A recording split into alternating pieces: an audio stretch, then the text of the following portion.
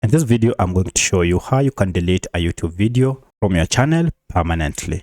If you find this video helpful, I kindly request that you support me by liking the video and also by subscribing to this channel. Alright, so for you to be able to delete a YouTube video that you had published permanently, first go ahead and log into your YouTube Studio.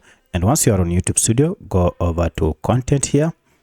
And this will go ahead and list all the videos that you have on your channel.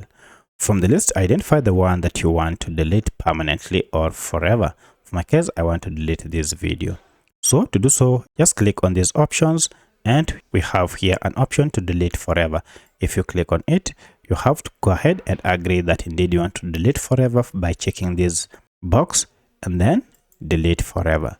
You have to note that once you have deleted forever, this is a permanent action and you might not be able to recover your video.